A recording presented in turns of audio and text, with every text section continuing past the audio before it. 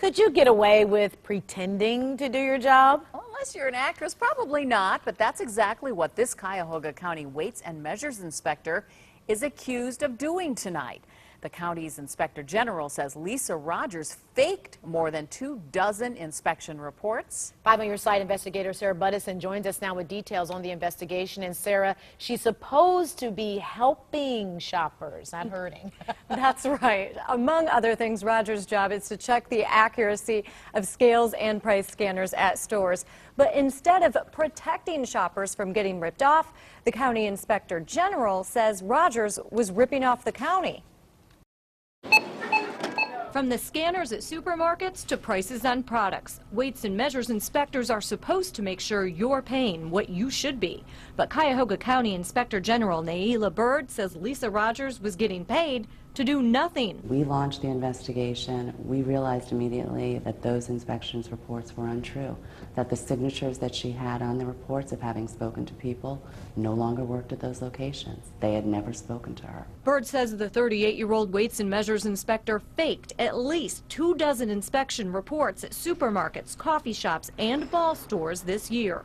For example, Rogers reported inspecting a scale at the Godiva chocolate shop inside Beechwood Place Mall. Turns out that scale was replaced a year ago. And at the cosmetics store Lush, Rogers reported doing price checks on products the store doesn't sell. We went to Rogers' Broadview Heights home to get her side of the story. Although there were 3 vehicles in the driveway, no one answered the door. When instances or allegations are brought to my attention, my office will investigate and we make recommendations, and that discipline be carried out and things change. A whistleblower brought Rogers' behavior to Bird's attention. She says it shows there is a price to pay when it comes to corruption in Cuyahoga County. I think we've done a very good job of telling folks that there has been a culture change, and we are not going to tolerate it. It's not the way to do business anymore. There's a new day, and I think we're headed in the right direction.